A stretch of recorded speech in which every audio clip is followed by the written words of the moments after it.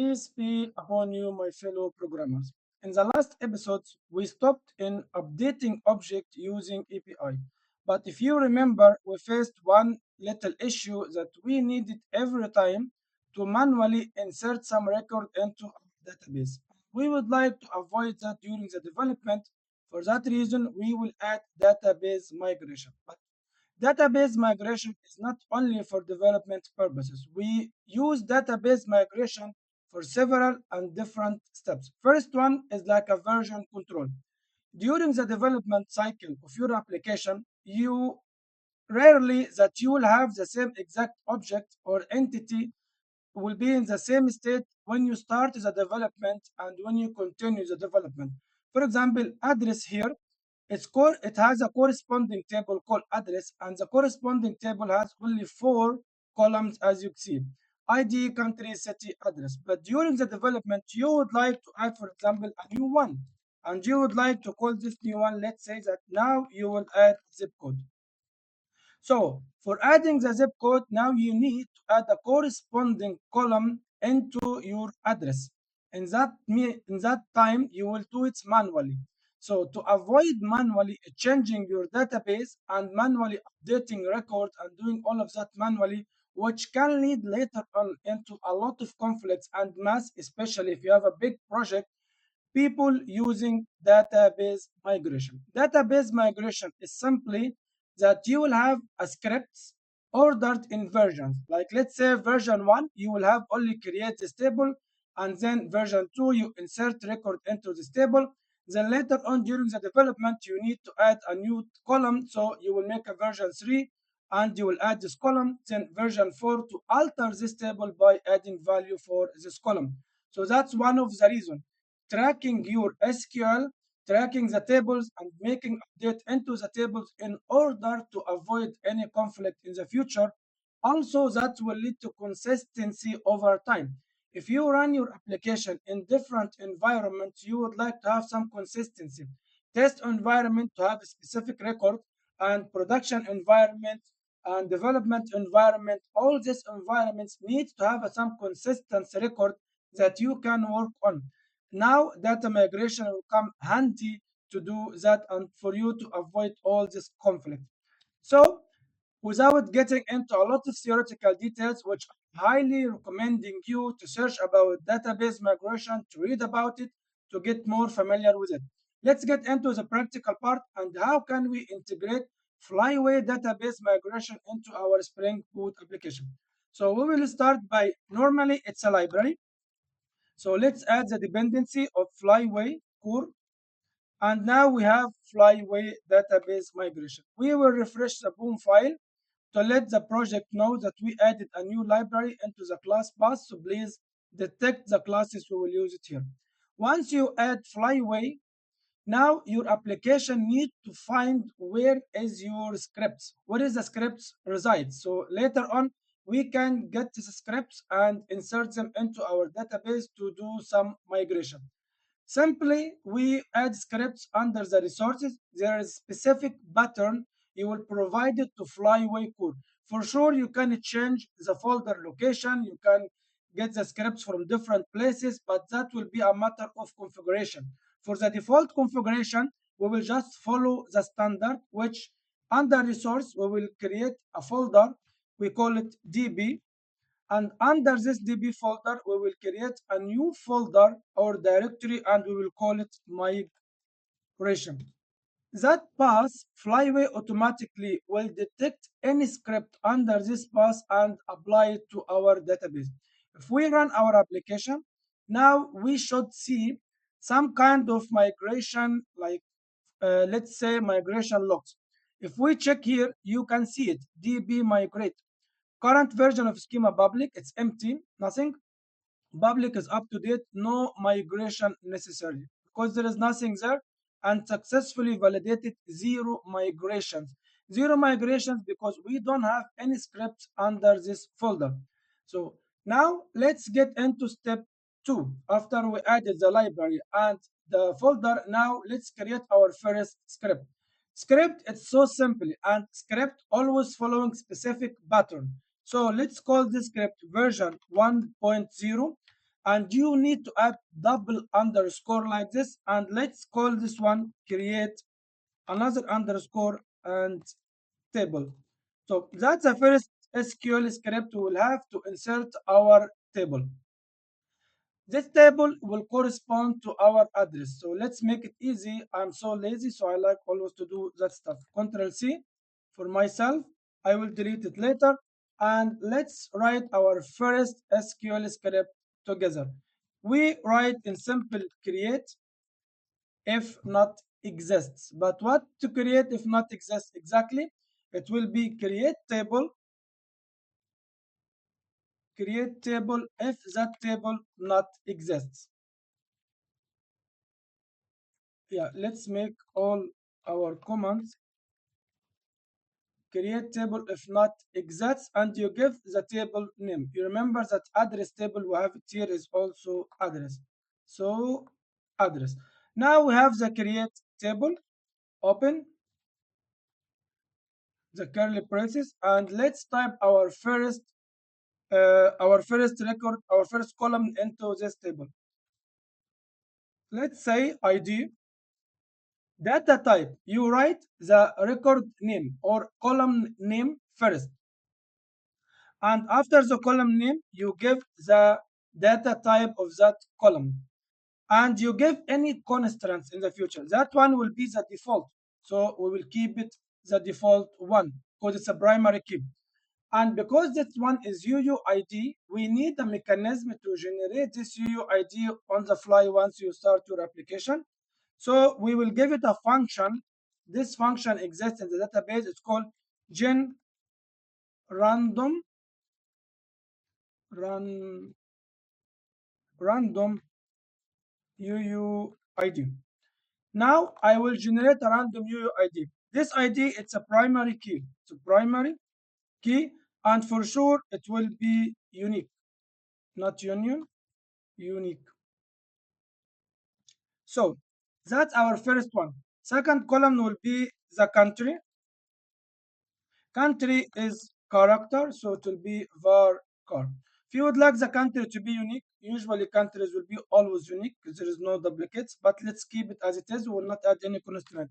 Control D to duplicate the column. And country, I will change it into city. And let's say that the last one, it will be the address. And I'm removing this one. Once you add it, you need to close semicolon because each statement SQL will read it and will understand the beginning of the statement and the end of the statement by the semicolon.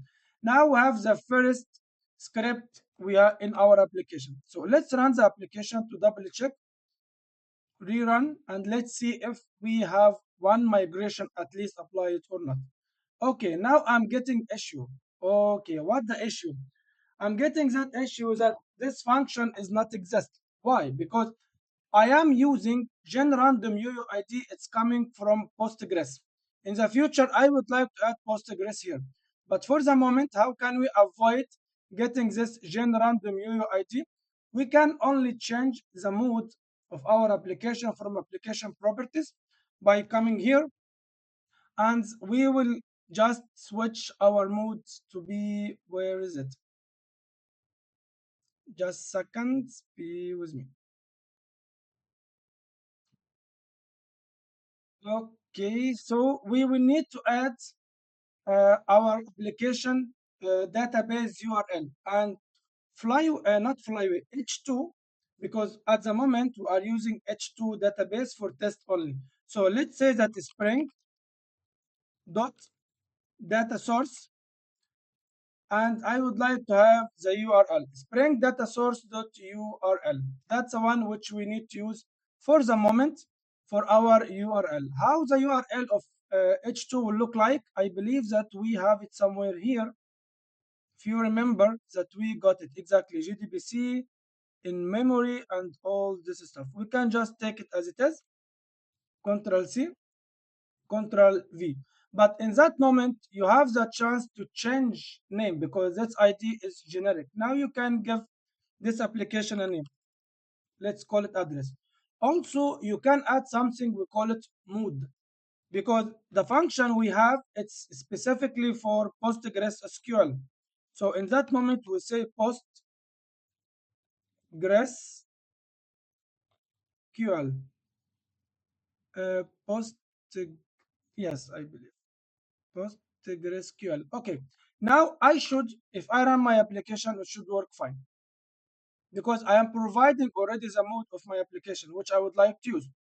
So now my H2, especially H2, the database, already recognized that any script will be written here in the style of Postgres. Why I'm using Postgres, not any other database? Because honestly speaking, Postgres is open source, it's for free, you can use it for production, and it has a lot of different advantages for people who would like to use open source with the flexibility and the control over your database with no need to buy a lot of stuff. For free stuff are good. Okay, so now we have everything. Let's check. You can see here that validated one migration, and maybe we will have also a name of the migration from time to time. You can see it. Also, you can see the new database GDBC and address, and it's coming from H2. So guys, now we have our first application and we have a database. If we run our application now, we still have the same, we still have empty database. So let's quickly adding a new record, which will be, let's make Control C and Control V. What we need to do is we will just update the version because that's what you call it, version control. This one will be specifically to insert into tables. If you have tables at the beginning, you would like to insert some stuff here. So let's now insert into address. Insert into address, and we don't need this one. You can make everything on specific in one line, and it's up to you if you would like to leave the ID as it is, but we will keep everything as it is right now. Let's add country, remove this one as one. Okay, and now we have already our what we would like to insert and the name of columns where we are going to insert our values. ID, country is wrong. Hopefully country. Hopefully I didn't write it also wrong here. It's counter. How it's counter? So let's see address. Really? Yeah, no, but here is country. Country. So I make it wrong. So Control V, also Control V. Welcome to the world of development. That's always like this. You will do a lot of mistakes and stuff, so just enjoy doing them. Okay, that's our first insert, and now let's add the values. Also values as well. Okay, values. Now it's time to add some values. If you remember, we had our addresses somewhere. We kept them. Yeah, here is the ID. Let's take the ID, insert into this first one, and now the second also we will do it with the country, and here is the country, and let's see, here is the city. Oh, it's wrong, I'm right wrong. And here is the street, freedom. Okay, so now we have insert into our address and we add a new one. Remember that that's a purpose and the benefit of data fly migration. I mean, Flyway migration, that you will have versions. Before we had only one. Where is it? Where is it? Yeah, it's here. Validated only one migration. Now let's rerun the application to see. Usually nothing worked for the first time, but we will see. Okay, so all right, finally it's happening. Migrating scheme public version 1, 1.1 insert to table, and you have already two migrated. So let's double check that really it's migrated and it's working. If you remember, we always use our postman. Where is postman? Quick double check to see that we have address as it is. Let's get addresses And let's see. All right, congratulations. Now we have finalized adding data Wayfly migration. Let's consider just a scenario, okay? I would like you to try this scenario by yourself. Consider it your homework. You go into address and you will add a new, let's say, zip code, string zip code. Now you have a new column. Think about how can you add a version 1.2 to update the table with the new column, and then you will update another one, another insert for the updated value, so that when you come to postman you will find the other one here. It's called also zip code and whatever value you have. Consider this part your homework. If you do it correctly, please, I would like to ask you a favor. Leave your answer in the comment section below and let everyone else get the benefit from sharing your experiments and your knowledge.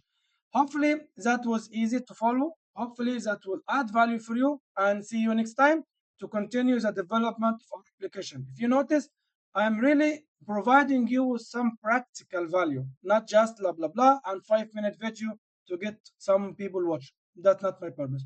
I would like to share a real knowledge that could benefit you in your future of development. So once more, thank you so much for your time, and be well, be healthy, and happy coding.